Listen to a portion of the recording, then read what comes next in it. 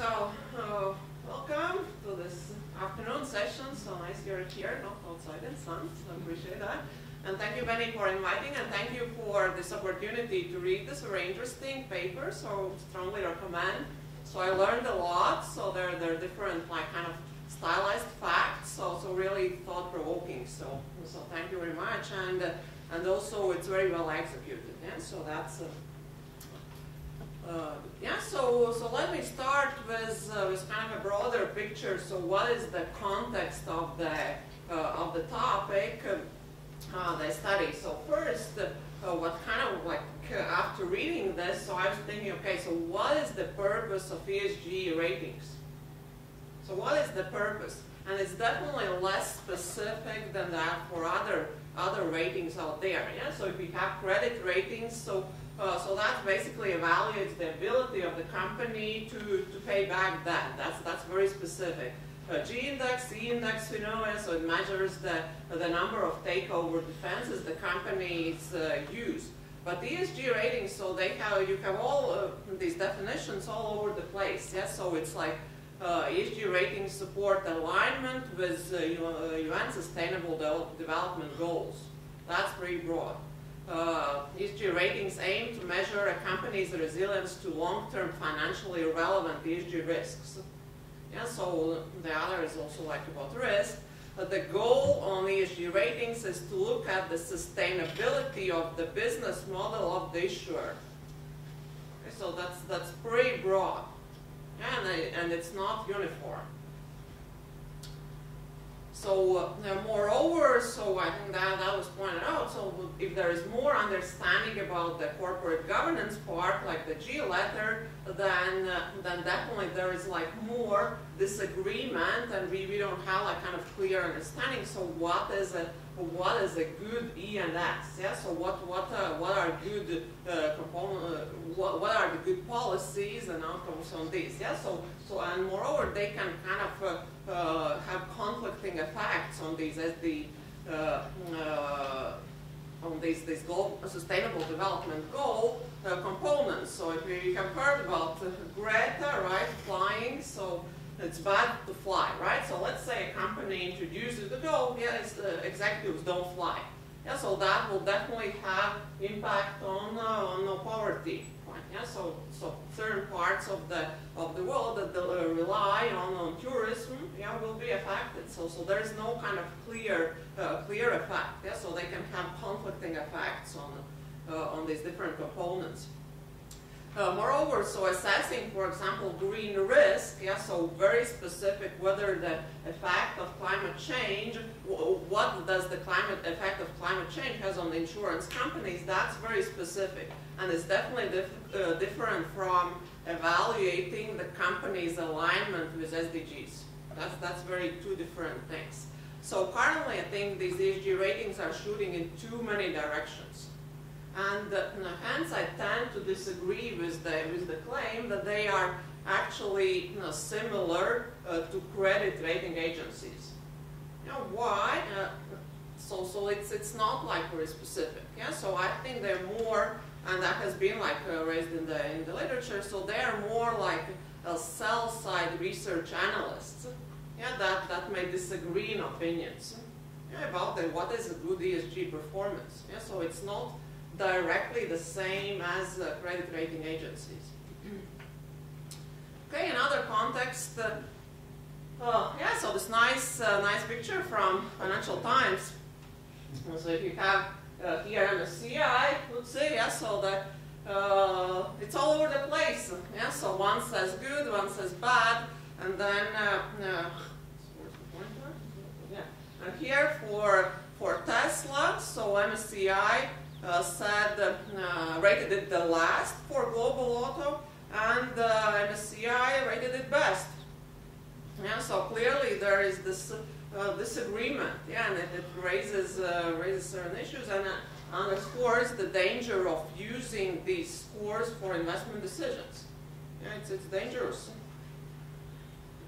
So in that sense, the paper is really topical. And so on the third one. These ESG investing actually is like a differentiation strategy for exchange traded funds. So that's another big kind of demand for these ratings. And so some numbers here. The global, this ETF industry has reached 6 trillion with 8,000 products by more than 400 providers. So clearly they somehow have to differentiate. It's kind of has become a commodity. So the CSG investing is one of the ways just to differentiate from the crowd. Yeah, so and then we see actually this increase in demand for these ESG smart beta products. Yeah, so the ETFs, they have to provide like low-cost strategies. So boom, just take ECG rating, put like from highest to lowest. Yeah, here you have smart beta ESG product. Yeah, so that is increasing. And also, yeah, that was one before. So that creates this this need for ESG ratings. Okay, so the findings in the paper, so greater ESG disclosure leads to greater disagreement across ESG rating agencies. And then the additional result is that this relationship between ESG scores and the rating disagreement is not linear. So the highest disagreement is for firms that have either low ESG performance or high. And then there is the middle has the lowest disagreement. So my first comment, is disagreement good or bad?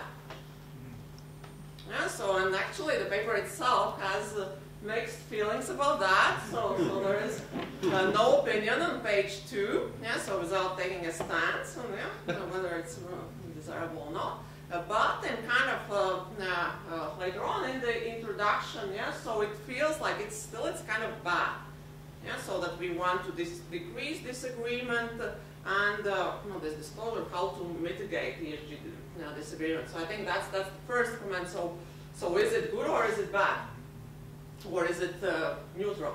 Yeah, so my suggestion would be, so I think it's going already in the industry in this direction, that to differentiate between the ESG ratings that are like focusing on risk. Yeah, so what are like financial risk from, let's say, climate change and other things, like kind of risk perspective. And for those, I think those are indeed more similar to the credit ratings, and there should be less disagreement, because it just evaluates what are the ESG risks for the company that have financial implications.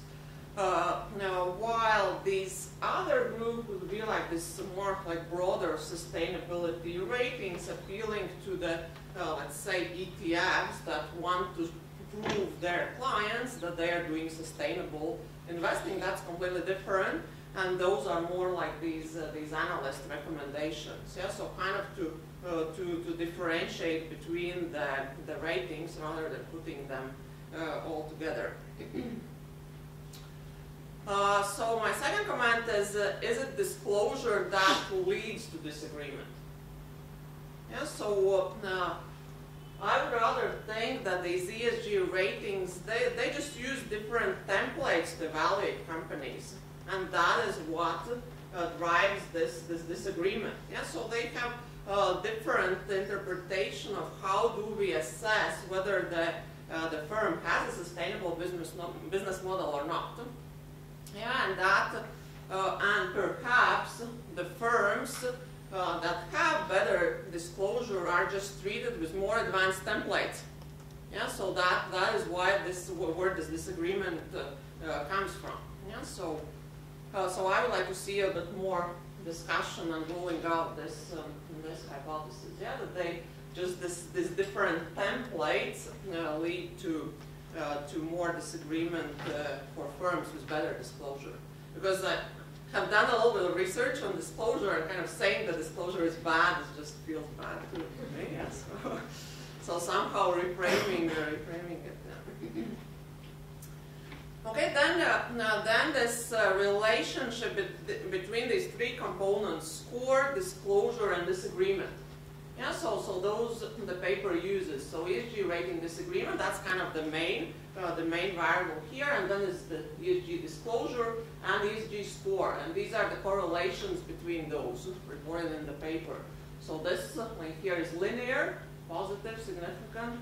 Here actually it's negative, non-linear, and here is actually a pretty high correlation between the disclosure and the score itself. Yeah, and I couldn't find, I presume it's linear, but it was not reported in the paper. Actually, I wanted to see whether this is linear or not. Yeah. So it was a little bit unclear what is the implied relationship between these three things. Yeah, so in real life, I think that the relationship is sequential. So you have good or bad ESG firm. It decides what to disclose. Then the rating agency assigns a score, and we observe the rating disagreement.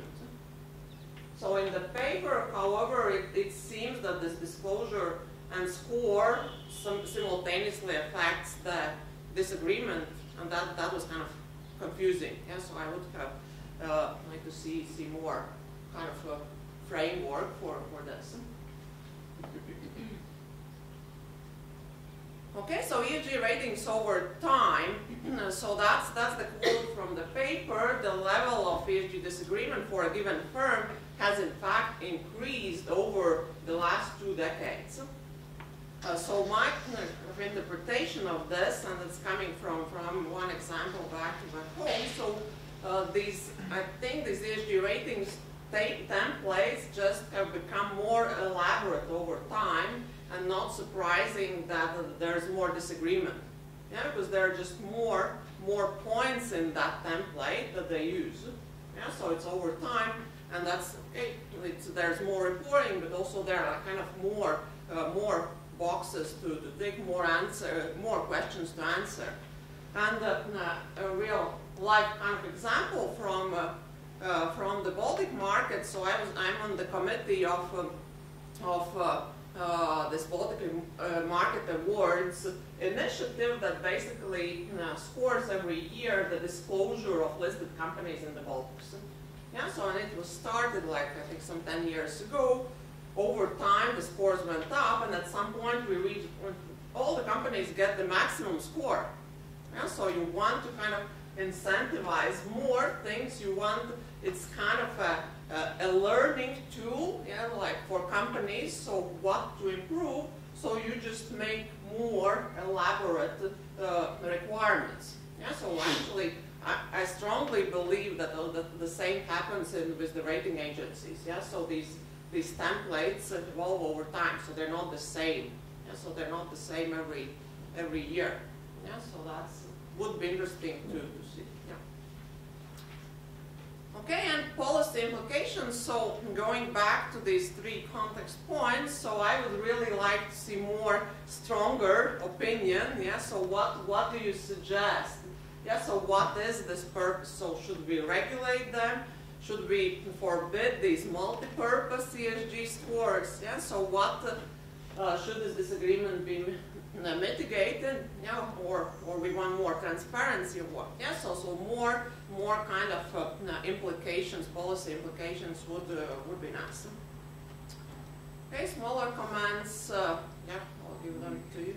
Yes, and that's the summary. So excellent, very informative paper, very well executed, and I would love to see more discussion on this alternative hypothesis and more explicit policy implications. Thank you. Thank you for the paper. So I have not read it, my apologies. But I have a couple of suggestions. To me, disclosure is not equal disclosure, correct? It could be irresponsible information, like corporate social irresponsible information you disclose, or responsible information. And I think it would be interesting to differentiate between the two.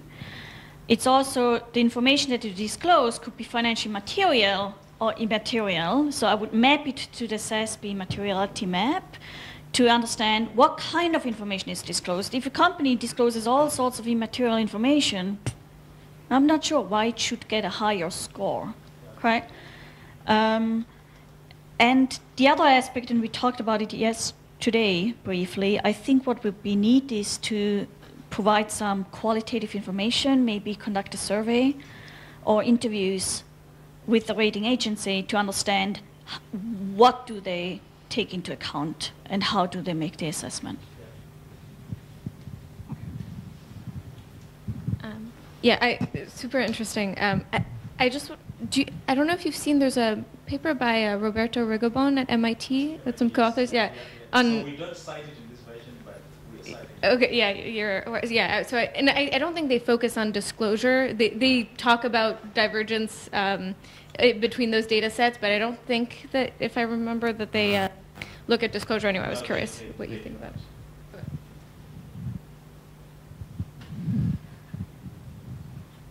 I'll let you respond.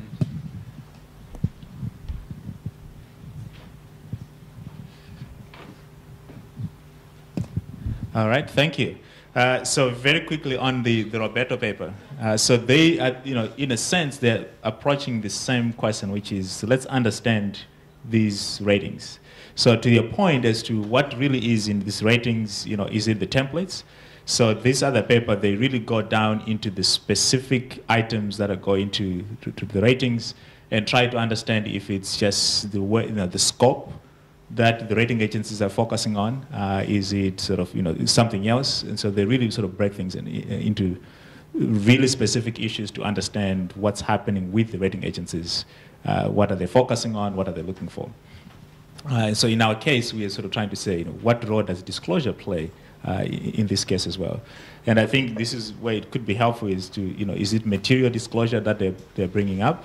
That would add to some of the things that we're already thinking of, which is, is it input disclosure, is it output disclosure, or is it outcome disclosure? Because some of this disclosure, I think you're right, it shouldn't matter. And then also, there's the disclosure that the rating agencies will be using, and also just, in terms of going back to the idea of, there's some differentiation with the market. So then this disclosure or these ratings, and then looking at the investor, what are the investors really looking for? How are the investors using these ratings? That could also inform what the rating agencies do. So in our empirical analysis, we try to control for the rating agency templates. We sort of put some rating agency fixed effects in there.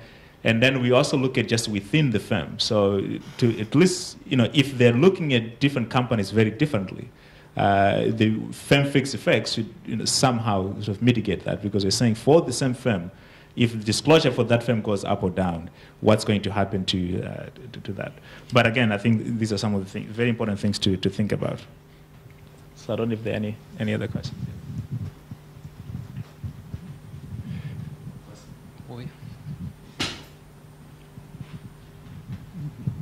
Going back to one of the questions that I think Anete was asking is to do with, how do you relate this to the analysts, to the sell-side analysts, and how they behave? So maybe what's happening here is that the sell-side analysts, they diverge in the way that they perceive what's happening with the company, even after the company makes a particular disclosure. But maybe there's more objective metrics of how to combine information, so the weights that we put on each piece of information are more clearly defined, whereas here, you could be assigning weights very differently because there's no sense. We don't have an objective metric at the end of the day that people might be wanting to look at. Whereas we might be, like earnings or something for sell-side analysts, it might be very objective metrics, and you know exactly how to combine the various ingredients to get to that metric.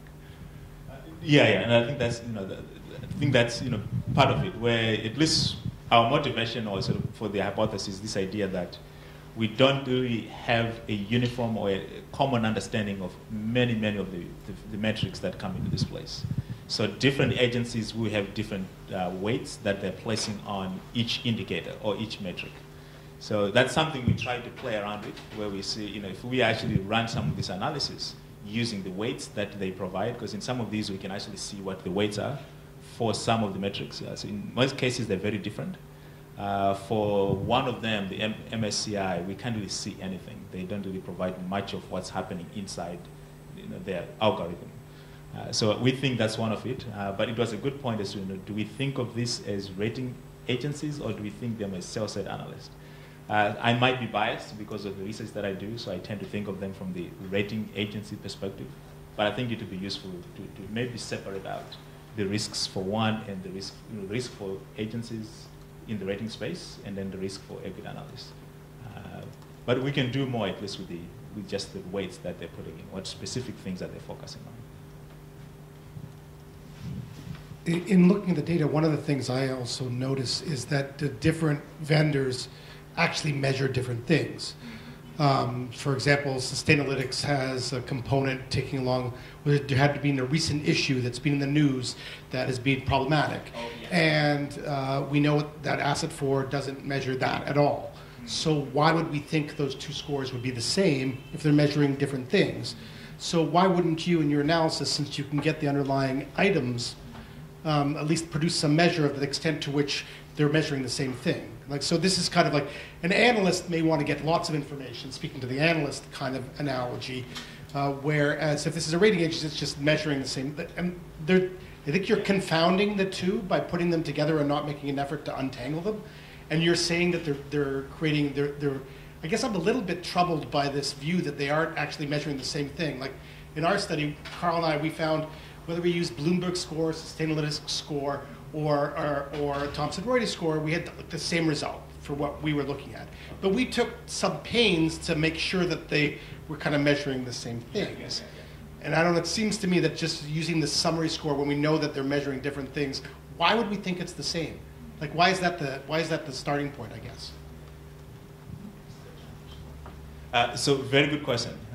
So we started at a very high level. We started with the total ESG score, with the understanding that if I'm an investor, or if I'm just looking at it, should there be, I guess the question we're trying to answer is, should there be a score that we say, if I say ESG performance, there is something that we all should agree or should understand it means something, right? But we know it, based on this, that it's not really the same thing. But the question is, should it be? So should there be a construct out there that is ESG performance? So that's one thing that at least that makes us measure the total. And then the second thing that we do is then to say this realization that social, environmental, governance are going to be different. So we go down that way. One thing that is not in this test that we've started to do is really exactly what you're saying. Sustainalytics, Asset 4, sometimes when they say governance, the governance score, I think you already pointed this out, actually includes things from the social and the environmental. So what we are doing now is, as we are identifying, is this something an input, is this an output? We are also trying to match it up with, so we say for one item in Sustainalytics, what does it map to when you go to Asset 4? So you'll find that one thing could map to 5, 6 different things.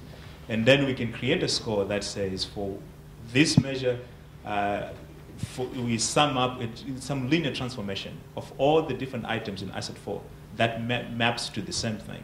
We create a score, and then we say, is the disagreement happening because the transformation from Asset 4 to Sustainalytics is maybe 60%, right? That they're measuring different things. So that's something that we're currently working on, and I think it really is going to be very important.